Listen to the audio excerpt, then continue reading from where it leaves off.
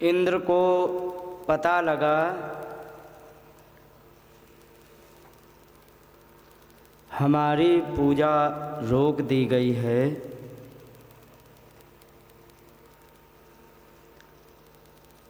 तो जो गोपाल जिनके कृष्ण नाथ हैं, रक्षक हैं, ऐसे गोपाल जैसे नंद आदि हैं, इनसे भयंकर नाराज हुए। और किया क्या?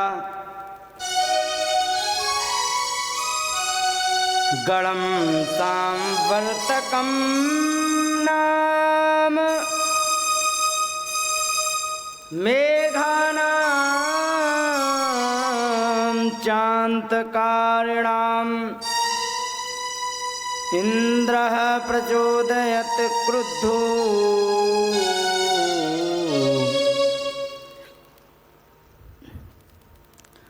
वाक्यं चाहे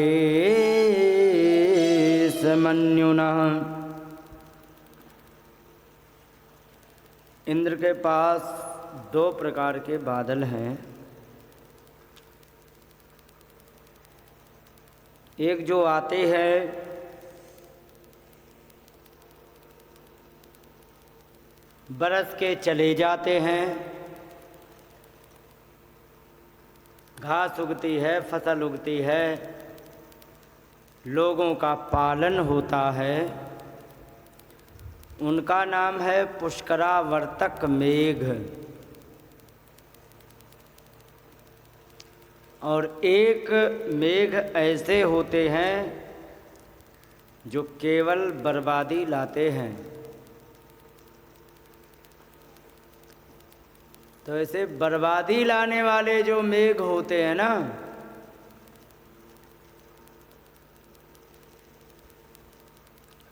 इनको सांवर्तक कहते हैं। ये सांवर्तक मेघ होते हैं। तो ब्रजमंडल को बर्बाद करने के लिए प्रलय काल के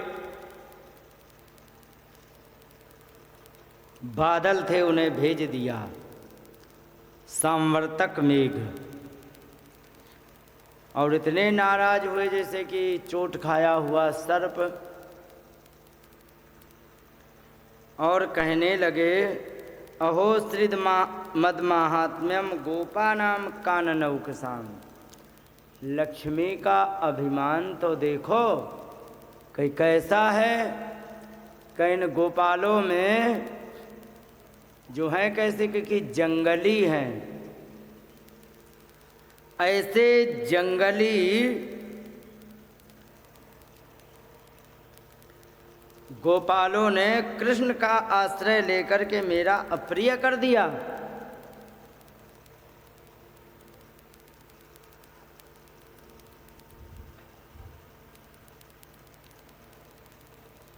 और वो कृष्ण कैसा है?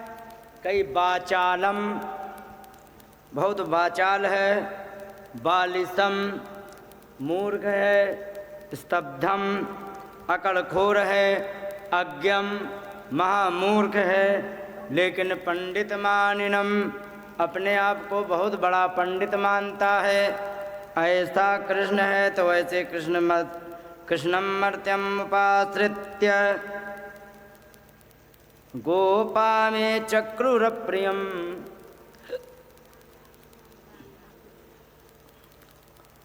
ऐसे कृष्ण का आश्रय लेकर के इन गोपालों ने मेरा अप्रिय कर दिया।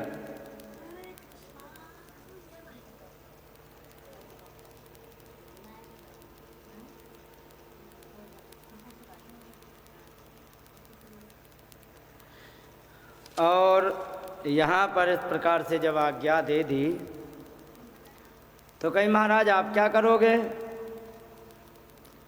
क्योंकि मैं भी तुम्हारे साथ चलूँगा। अहम चैरावतम नागम आरोह्य अनुब्रजे ब्रजम। मैं ऐरावत नाम के नाग माने हाथी से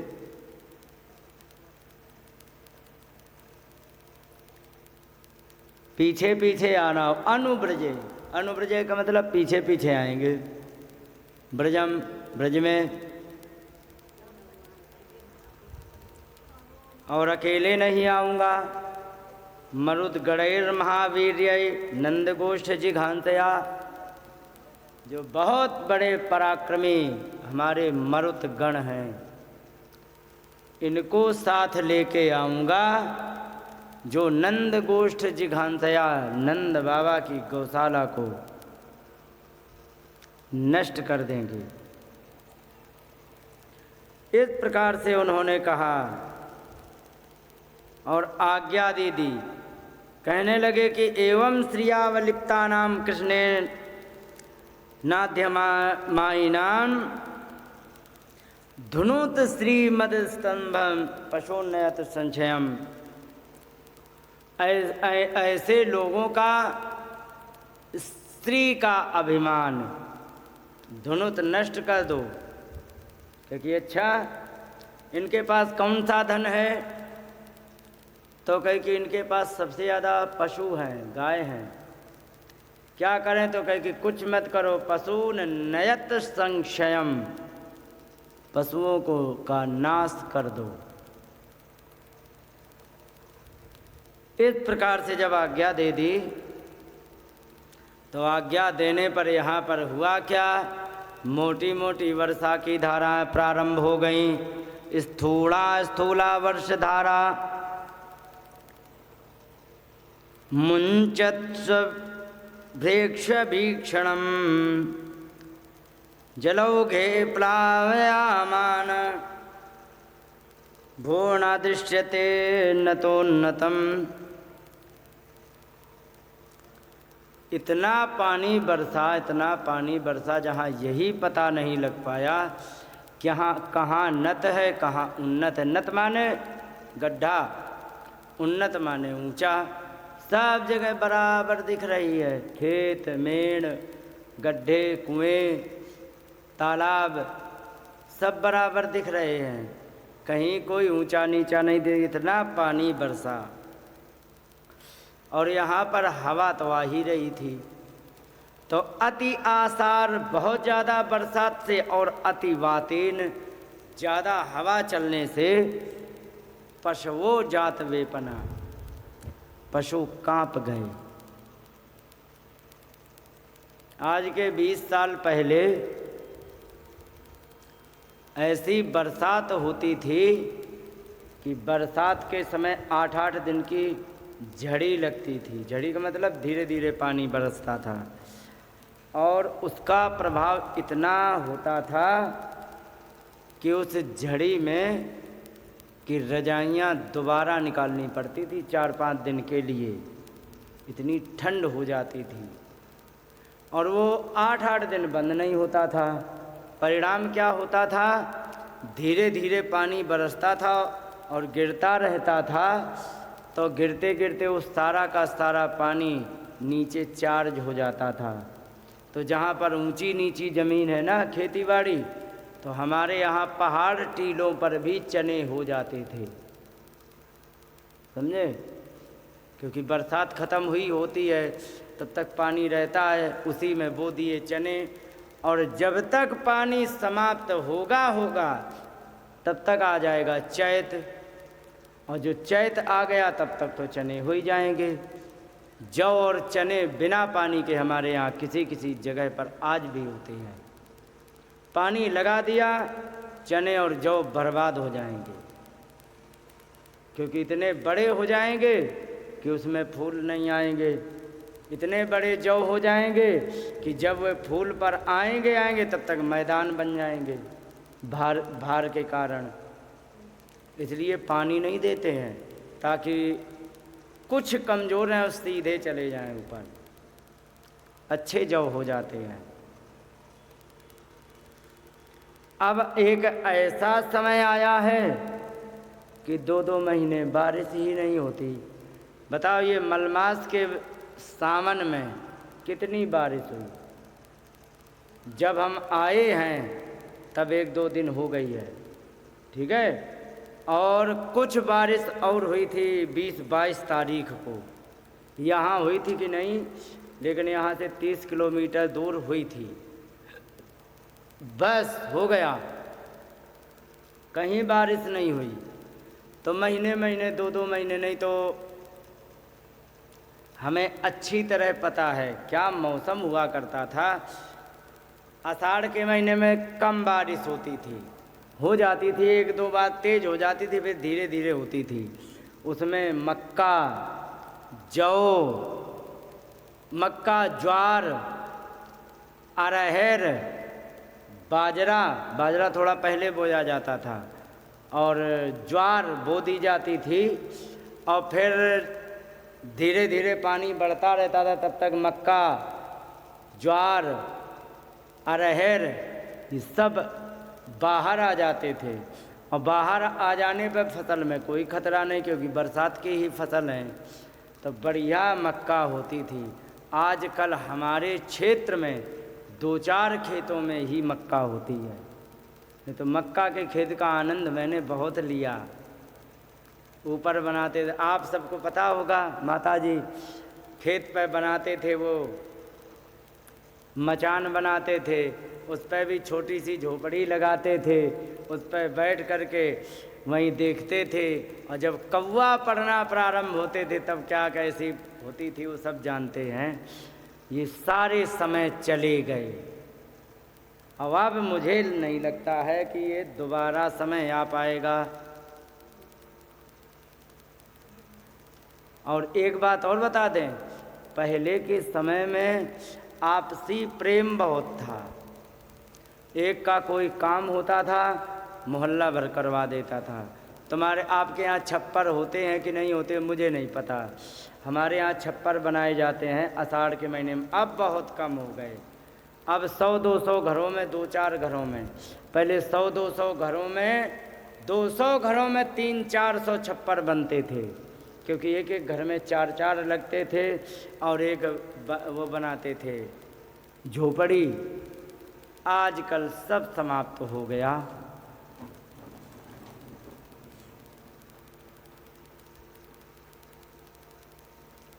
बोलिए गोविंद भगवान की जय।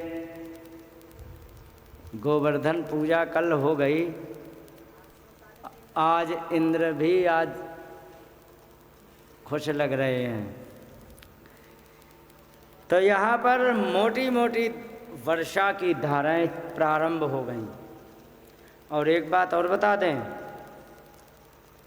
सब पे जोर चल जाएगा, लेकिन पानी पे जोर किसी का नहीं चलता है।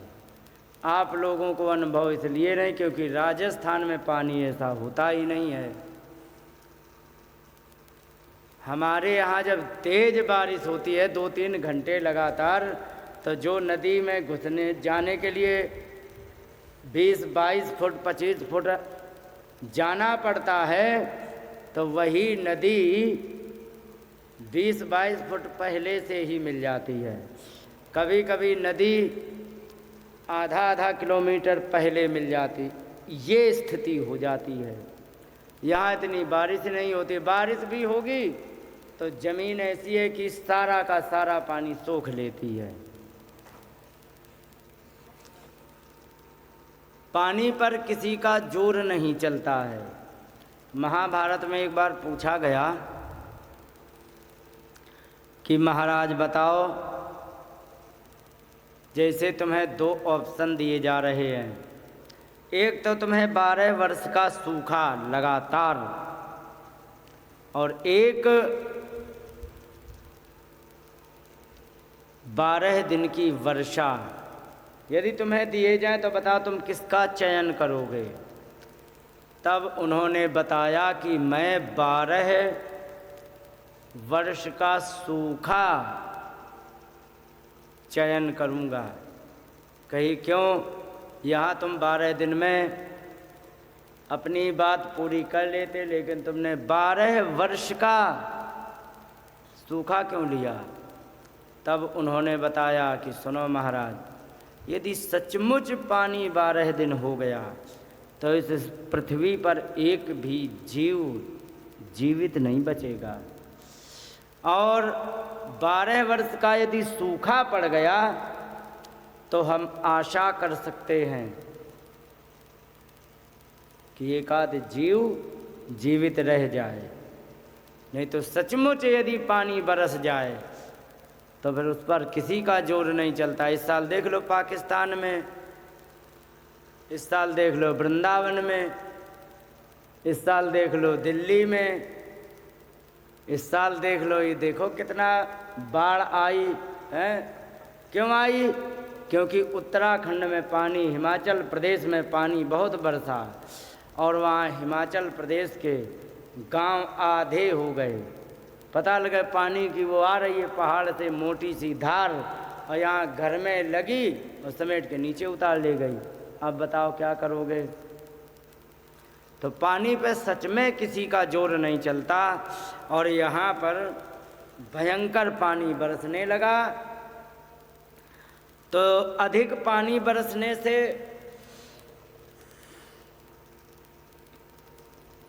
हवा तेज चलने से सारे पशु कांपने लग गए, गोपाल कांपने लग गए, गोपियाँ कांपने लग गईं। सारे पड़ोस परेशान होकर के वहाँ भगवान कृष्ण के पास आ गए। कहने लगे कि कृष्ण कृष्ण महाभाग, त्वन्नाथम गोकुलम प्रभो, त्रातुम अर्हसि देवान्नः, कुपिताद भक्त वत्सल। उन्होंने कहा कि हे भक्त वत्सल, हे कृष्ण, हे महाभाग, आप हम जैसे गोपालों की रक्षा करो। अच्छा, भगवान से रक्षा मांगने की देरी होती है, उनको रक्षा करने में देरी नहीं लगती है। और सबसे बड़ी समस्या मालूम है अपने जीवन में क्या है?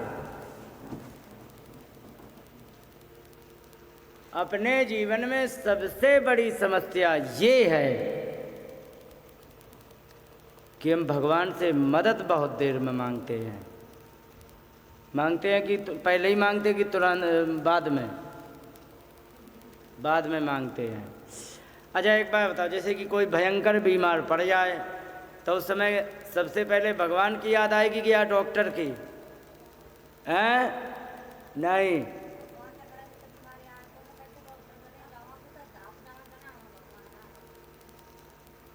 पहले डॉक्टर की याद आती है।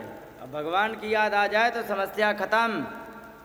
सबसे पहले डॉक्टर की याद आएगी तो जाएंगे अपने अड़ोसी पड़ोसी में 2-4-10 किलोमीटर में, तुरंत इलाज कराएंगे। वहाँ नहीं इलाज होगा तो तुरंत जयपुर ले जाएंगे, वहाँ नहीं हुआ तब एम्स में भर्ती कराएंगे, और वहाँ नहीं हुआ तो फिर अमेरिका ले जाएंगे अपोलो, और जब वहाँ से भी मना कर दिया जाता तब श्री बांके बिहारी मंदिर में आते हैं। आते कि नहीं? ये सच्चाई है, क्योंकि आदत नहीं है ना भगवान का आश्रय लेने की। आदत ये पड़ गई है कि जो समस्या आई हम बहुत है अपने लिए, जो समस्या आई उसके लिए ये बैठा है।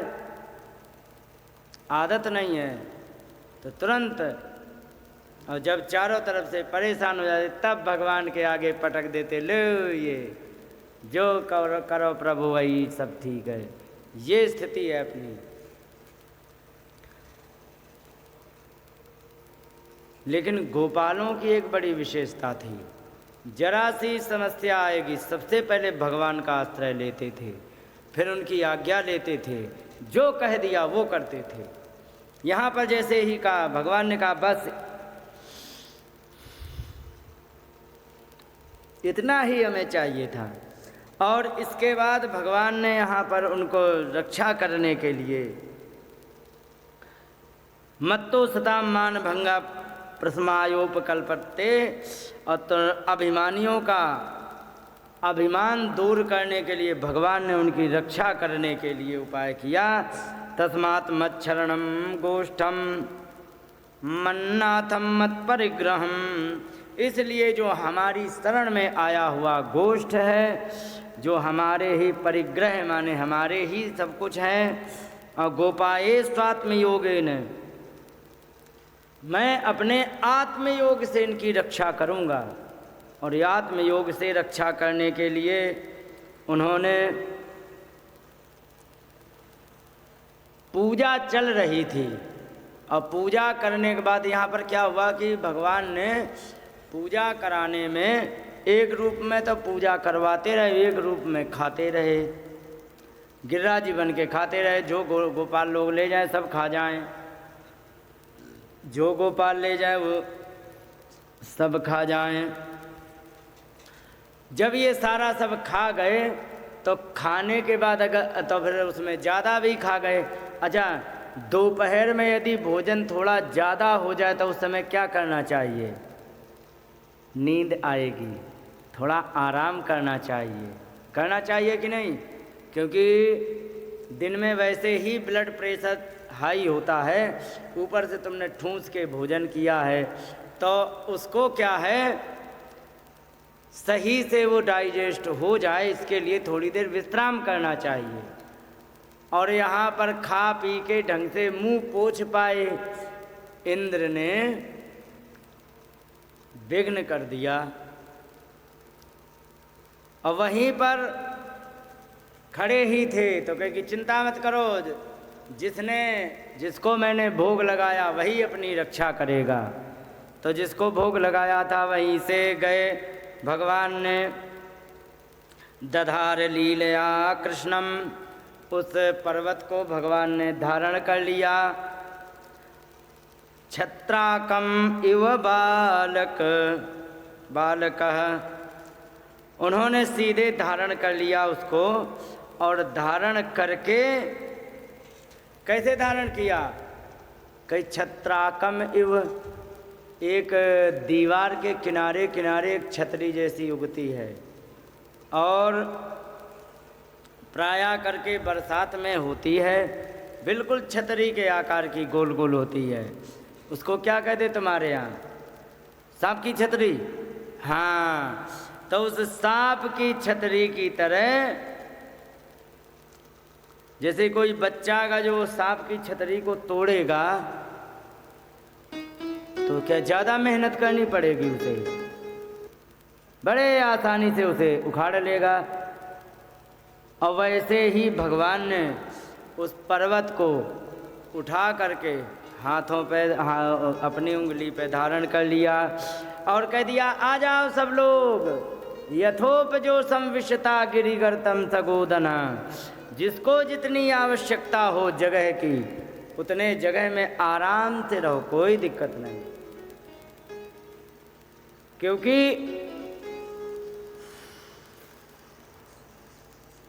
यहाँ पर किसी भी प्रकार से जगह की कोई कमी नहीं है, आराम से रहो। और एक बात और सुन लो, न त्रास इवा कार्यो मद हस्ताद्रि निपात ने, हमारे हाथ से पर्वत गिर जाएगा इस बात की चिंता कभी मत करना। वात वर्ष भय नालम तत्राणम विहितम हिवा, हवा से बरसात से तुम्हारी रक्षा करने के लिए मैंने तुम्हारा जुगाड़ कर दिया है। बोलिए गोविंद भगवान की जय। इस प्रकार से उन्होंने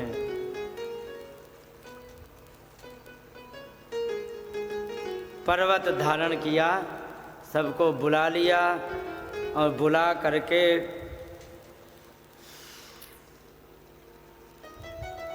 अच्छा वहाँ दाल बाटी बनी होगी कि नहीं? पर्वत धारण किए हैं, शाम हो गई होगी, भूख लगी होगी कि नहीं? दाल बाटी बनी कि नहीं बनी?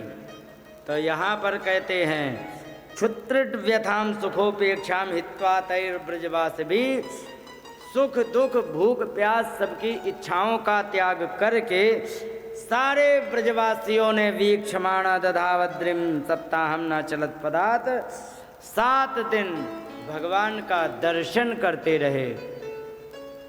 आज गोपियाँ बड़ी प्रसन्न भई, क्योंकि गोपियों को क्या समस्या थी मालूम है कि ये सुबह मिलते हैं, शाम को मिलते हैं, जैसे ही थोड़ा सा समय हो जाता है सुबह तो लेके बछड़े गाय चले जाते हैं। अब हमारा दर्शन कैसे होता केवल या तो दूध दही बेचबे के बहाने या वन विहार के बहाने, दूसरा कोई मतलब नहीं है। तो आज गोपियाँ बड़ी प्रसन्न भई कि अब ना ये कहीं जाने वाले और ना ही मैं और ना ही कोई काम है। तो इस प्रकार से उन्होंने यहाँ पर एक टक भगवान का दर्शन किया। दर्शन करने के बाद 7 दिन बीत गए। 7 दिन बीतने के पश्चात भगवान ने कहा,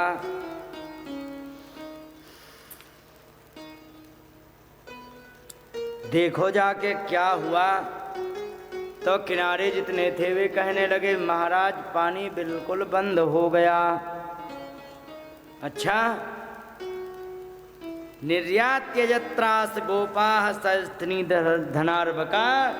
हे गोपालो, सारे भय को दूर कर दो, क्योंकि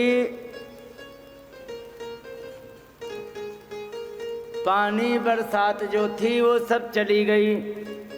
बोलिए गोविंद भगवान की जय। आज मौसम वही दिख रहा है बारिश का।